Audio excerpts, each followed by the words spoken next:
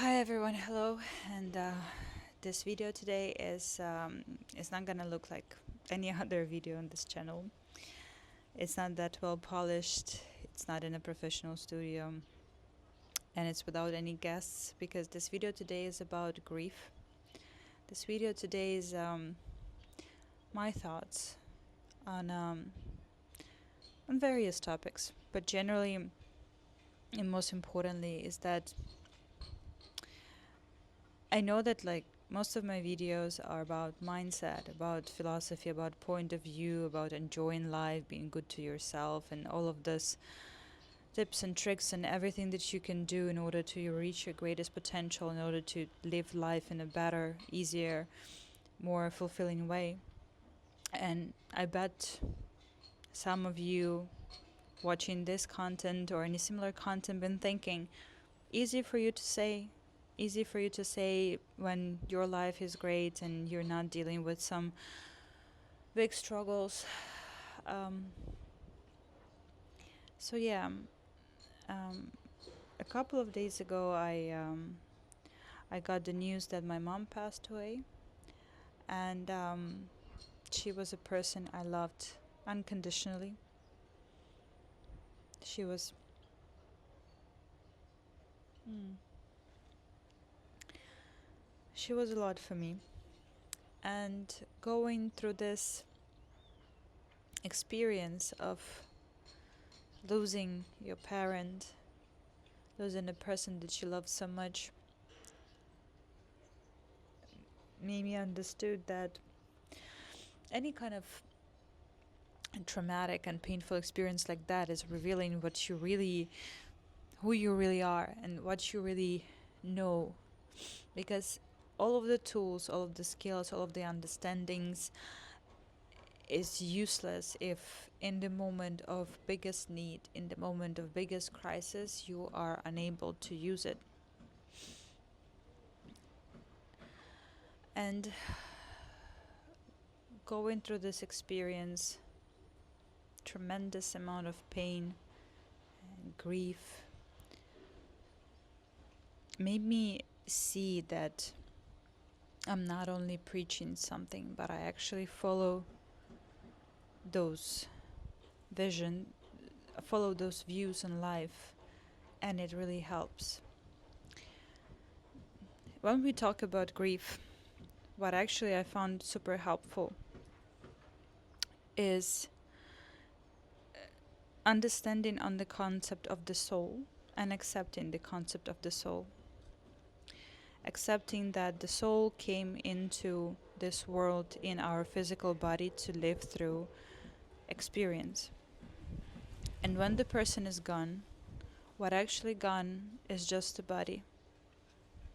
It's like when the snake drops the skin to be reborn. Same way, same way human soul drops the body to be reborn in a new body. In the same way, there is no point, if you may, to grieve about the body. What I choose to do is to focus on good memories, to focus on great things that happen. How I've been helping my relatives, my loved ones, how I've been supporting them to go through this is that I shared with them my technique that I used myself, and actually the situation proves again that it works and that it makes sense. That I imagine that in my head there's a TV with different channels. On some channel you see a horror movie, on some you see news, on some you see some comedy, on some you can listen to the peaceful music, lots of different channels, and you're the one who's got a remote and you can switch the channel. So of course a part of this painful experience is that lots of tremendous amount of very painful negative thoughts just knocking in the doors of your consciousness. They just come into you unexpectedly, unannounced, and make you go into tears and make you cry and wonder and beg and ask all the bunch of questions, thinking about unfairness. But the thing is that you can actually control those thoughts.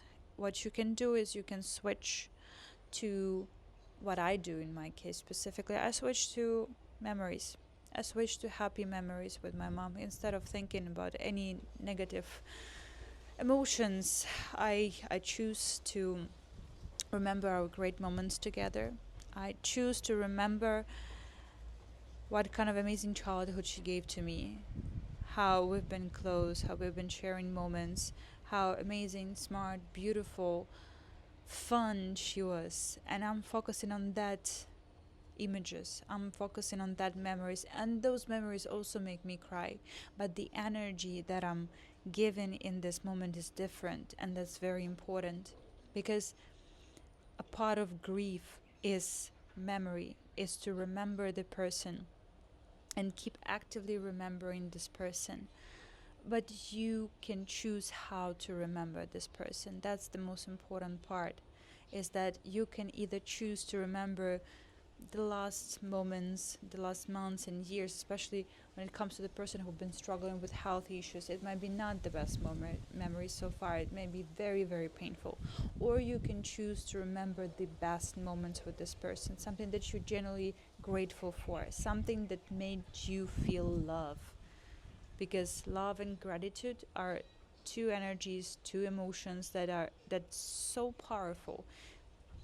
They literally have healing energy. And if you, same as me, believe in the concept of soul, I truly believe that giving these energies of love and gratitude, this is something that can help the soul in this journey of transitioning. There's lots of concepts around it. It doesn't really matter which one you follow, which one you believe. What's important is that you have right to search for peace in this situation. You don't have to suffer. You don't have to suffer. When someone you loved is gone, either physically or mentally or emotionally gone from your life, you don't have to suffer to justify anything. You don't have to be in pain to look socially acceptable. You don't have to be in pain to join your family, your family's emotional level. You don't have to search for pain and suffering. You actually have a right to choose to look for peace. You have a right to choose to express love and feel love. In mentality of my country, pain and suffering is two emotions that bonding us as nation, as family, as everyone. And long time ago I made a conscious decision that I don't want to be connected to that mentality anymore. Therefore, I choose not to join this circle of suffering and pain. So important thing is that you have a right to look for peace rather than pain and suffering. It is still very much painful to me, especially knowing that today is the day when my mom will be cremated and her physical body will be gone forever. It is very, very painful. Still, emotions like waves are coming to me one after another. And when I think that all tears are cried and there's nothing left, here they are come again. Last one, and also another important moment that I've noticed is that so far the best solution that I know to deal with emotions is to let them come and be brave enough to live through them. To not distract yourself on games, food, alcohol, people, parties, work. Same. To not distract yourself, but take time to live through those feelings. I'm not telling you to sit and stare on the wall and feel all of this 24/7. No. Obviously, distraction exists for a reason, and some healthy amount of distraction is actually good for your mental health, for your nervous system. It's like a break for them to recharge and relax. But other than that, it is important to give yourself this time and space to live through those feelings.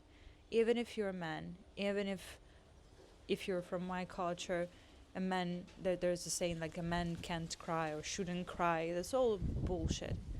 Any human being have a right to cry. Any human being have a right to be emotional, and actually even have to do this based on everything that I know about nervous system, based on everything that I already researched about grief for the past couple of days. This is the healthiest reaction that you can have. This is healthy, this is normal, and this is something that you have to allow yourself. What I truly believe is that this huge emotions, they will fade away sooner or later. And I don't feel guilty that I'm not crying 24/7. I'm not gonna feel guilty when my emotions will fade away. Because what's important is that my memories will not. What's important is that I will remember. What I do for that is that I'm creating my own rituals. Rituals that are basically, can be anything, but it's a dedicated time where I actively give specific energy of love, energy of gratitude, energy of happiness even, and acceptance. When I give those energies throughout action, putting a candle in a church, doing a ceremony at the beach like I do here, actively remembering, journaling, it can be really anything, honestly. The main thing is your intention to remember, and your intention to give this energy. So even though emotions will fade away, memories will not. This makes me in peace. This makes me in peace with myself and with the world. Because everything happens for a reason. Because I accept the choices of other people, my mom per se. I accept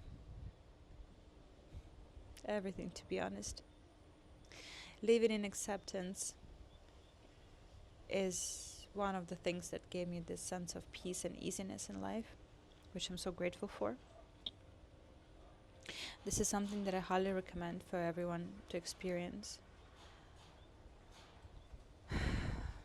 So yeah, that's pretty much it.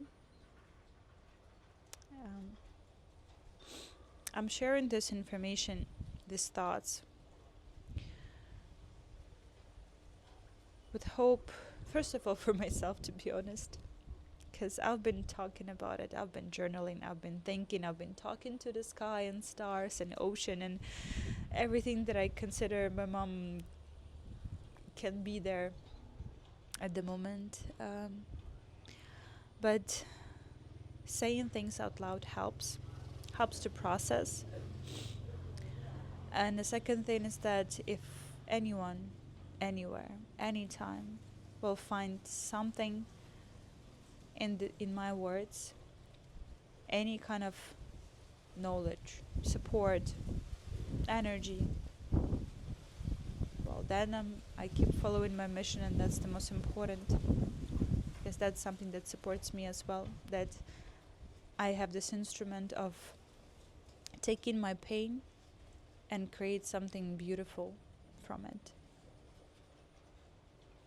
And that's the most important. So yeah, whatever you're going through, I know that you can. I know that you're capable. I know that you will find your way. You will find your instruments, your support, your time and space. And I wish you that. And I wish myself that. Thank you for listening. Stay strong and be kind to yourself.